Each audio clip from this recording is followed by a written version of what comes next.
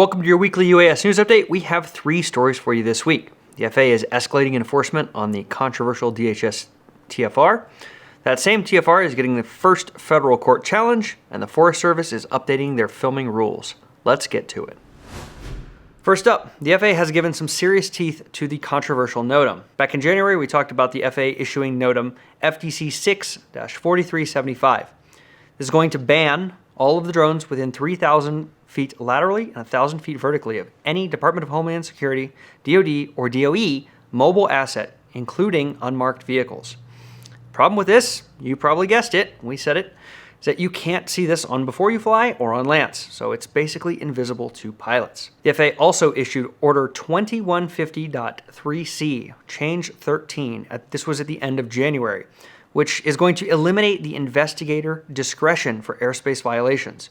It means if you're caught in this invisible zone, investigators must refer your case directly to Chief Counsel for legal action. I'll say that again. If you're caught in one of these TFRs, the FAA's Aviation Safety Inspector must refer your case for legal action.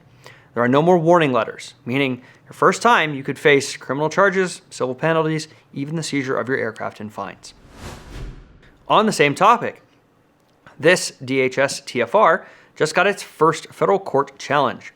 Minneapolis-based photojournalist Rob Levine, represented by Reporters Committee for Freedom of the Press, has filed a petition in the U.S. Court of Appeals directly challenging this NOTAM. Levine argues that the rule is unconstitutionally vague because you have no way of knowing in advance if you're flying near this unmarked federal vehicle. This restriction makes compliance structurally impossible for pilots who are trying to do the right thing. Levine also is arguing that the FAA failed to follow required notice and comment rulemaking. Reportedly, a revised NOTAM has already been drafted by the FAA, but another agency, we're widely believing to be DHS, is blocking its release. We'll be watching this legal case very closely. It's obviously pretty important to have rules that we can actually follow.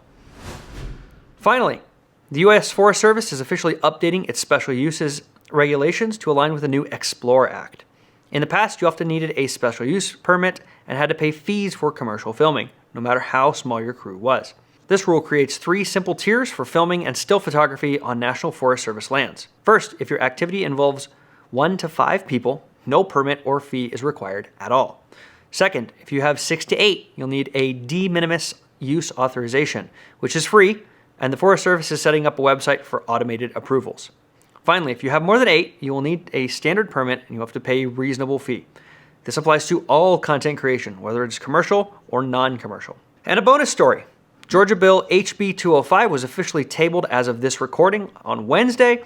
That's good news for many drone pilots as the bill aimed to restrict the purchase and use of drones by state and local entities.